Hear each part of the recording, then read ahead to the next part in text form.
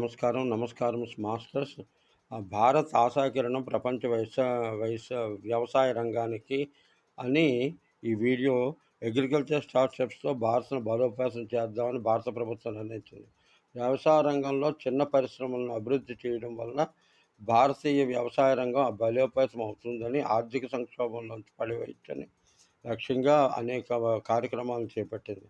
అందులో అగ్రికల్చరల్ స్టార్టప్స్‌పై దృష్టి పెట్టడం, పరిశోధన, పరిశీలన, అభివృద్ధి పదంలో పోస్ట్ హార్వెస్ట్ విధానంలో ఉండే నష్టాలను తగ్గించడం, ఇటువంటివన్నీ చేపట్టడం వల్ల భారతీయ వ్యవసాయ రంగం బలోపేతమైంది.